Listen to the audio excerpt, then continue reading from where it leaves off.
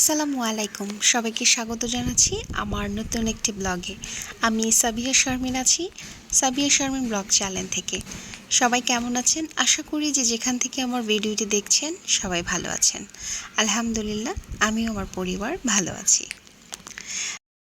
তো ফাইনালি ভিডিওটা এডিট করার টাইম পেলাম। আসলে ভিডিওগুলো বেশ কিছুদিন আগের করা ছিল, কিন্তু এটাতে এডিট করতে পারছিলাম না, যার জন্য আপলোড হচ্ছিল না।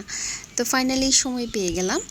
তো এই যে আপনাদেরকে একটু ব্যালকনিটা দেখিয়ে দিচ্ছি। আমার ব্যালকনি খুবই ছোট, কিন্তু তার মধ্যেও আমি একটু গাছ রাখার চেষ্টা করেছি। এই যে সাদা ফুলের যে গাছটা, এটার নামটা আমি জানি না। এই গাছটা আমি গিফট পেয়েছি। আমি যে বাড়িতে থাকি সেই বাড়িওয়ালা আঙ্কেল একদিন সকালবেলা এসে এই গাছটা এবং উপরে যে একটা গাছ দেখা যাচ্ছে টাইম ফুল, ওই গাছটা দিয়ে গেছে। শুধু তাই না, এই গাছের তাদের নিজস্ব আম, তো এর মধ্যে আরও একবার দিয়ে গিয়েছিল, 2বার দিয়েছে। এগুলো তাদের গাছের আম। তো বাড়িওয়ালা আঙ্কেল খুবই ভালো মানুষ, আমাদের বাসায় কয়েকদিন পর পর এসেই খোঁজখবর নিয়ে যায়, আমাদের বাচ্চাদের খোঁজখবর নিয়ে যায়। যখন প্রচণ্ড গরম পড়েছিল তখনও এসে খোঁজ নিয়ে গেছে যে গরম পড়ছে, বাচ্চারা কেমন আছে। তো বেশ ভালো মানুষ। বর্তমান প্রেক্ষাপটে দাঁড়িয়ে আসলে আমাদের কারো প্রয়োজন ছাড়া কারো খোঁজখবর আমরা একেবারেই নেই না।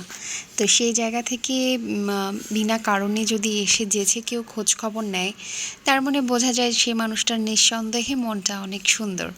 তো এই যে সকালবেলার নাস্তা বানিয়ে নিচ্ছিলাম, তো একটু ট্রাই করছিলাম কি বলে এটাকে, লাচ্ছা পরোটা বানানোর। তো মোটামুটি কিছুটা হয়েছে, পুরোটা না হলেও। আমি এভাবে করে রুটিটা প্রথম বেলে এরপরে এপিট ওপিট করে ভাঁজ করে দেন এটাকে একটু দেখিয়ে দিচ্ছিলাম যে এটা কতটা প্যাচ এসেছে আর কি। তো ভাজার পরে এই প্যাচগুলো একদম খুলে খুলে যায়, তো খেতে খুব ভালো লাগে। আর সবচেয়ে ইম্পর্টেন্ট কথা হচ্ছে এই পরোটাটার যে ডোটা গুলতে হয় সেটার কিছু নিয়মকানুন আছে। নিয়মকানুন বলতে আটাটার মধ্যে 1 চামচ চিনি, আটার পরিমাণ অনুযায়ী আর কি, এটা ডিপেন্ড করবে কতটুকু চিনি যাবে, লবণ, তারপর হচ্ছে আমি সুজি দিয়েছিলাম। আমি একটা ব্লগে, এক আপুর ব্লগে, বাংলাদেশি মম হীরা, ওই আপুর ব্লগে দেখেছি, ওনার একটা রেসিপি দেখেছিলাম যে পরোটাতে উনি সুজি দিয়েছিল। আমিও পরে এটা দিলাম, দিয়ে আর ভাবলাম যে মজা হতে পারে, কারণ যেহেতু সুজিটা ভাজার পরে একটু মুচমুচা হয়ে যেতে পারে, তো এই কারণে দিয়ে দেখলাম। বেশ ভাজার পরে দেখলাম আসলেও হলেও তাই, বেশ খেতে মজা লাগছিল।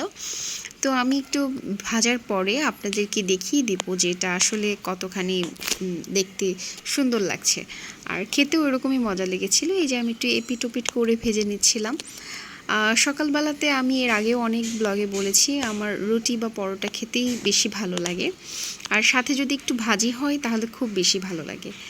তো এই যে আমি পরোটা ভেজে নিচ্ছি, আর সাথে আমি কিন্তু আমাদের যে নর্মাল যে পরোটা হয় 4 কোনা শেপের, ওটাও বানিয়েছি কিছু।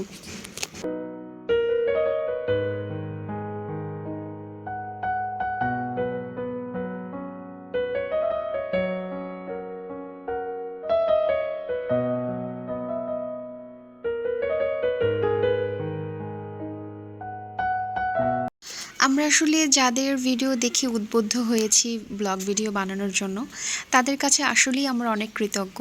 কেননা তারা যদি এই যাত্রাটা শুরু না করতো তাহলে হয়তো বা তাদের এই যাত্রাপথে আমরা সঙ্গী হতে পারতাম না।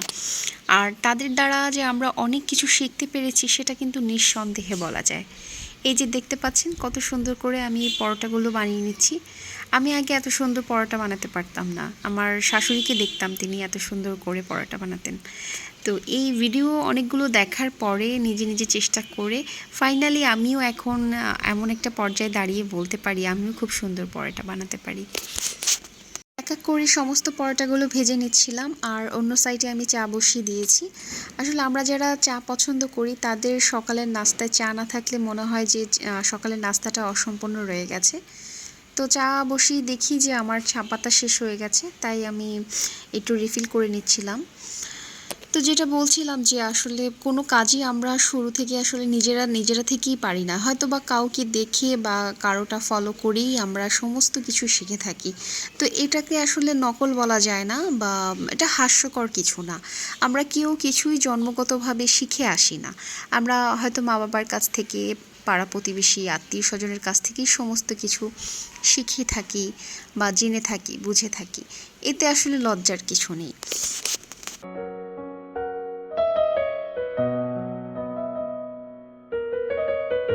সকালের নাস্তা শেষ করে এখন চিন্তা দুপুরে কি রান্না করব। তো রান্না করতে যাওয়ার আগে ভাবলাম ঘরটাকে একটু গুছিয়ে নিই। তো এই যে আমাদের গৃহিণীদের আরেকটা কমন সমস্যা হচ্ছে যে জিনিসটাই আমরা নতুন কিনবো সেটা আর ব্যবহার করতে ইচ্ছে করে না। তো আলিফার পাপাকে খুব বলে কয়ে এই পাতিলটা কিনেছিলাম, যেটা আমি অল টাইম ইউজ করব সেজন্য।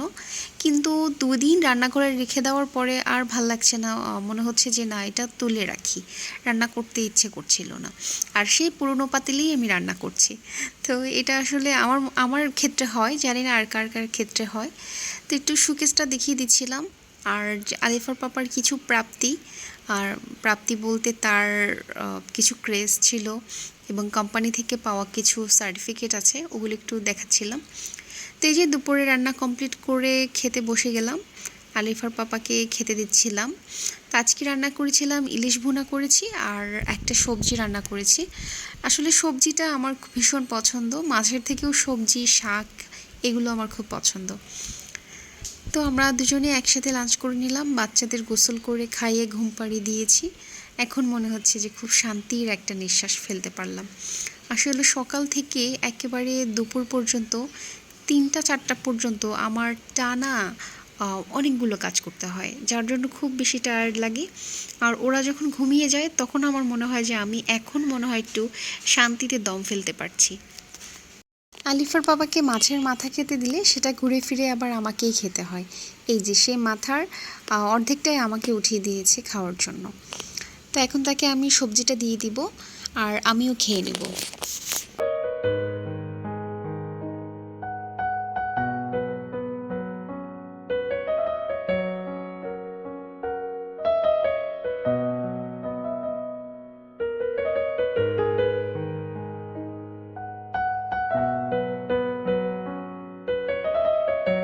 দুপুরে খাওয়া দাওয়া শেষ করে একটু রেস্ট নিয়ে রান্নাঘরে চলে আসলাম, বাচ্চাদের জন্য একটু আচার বানাবো।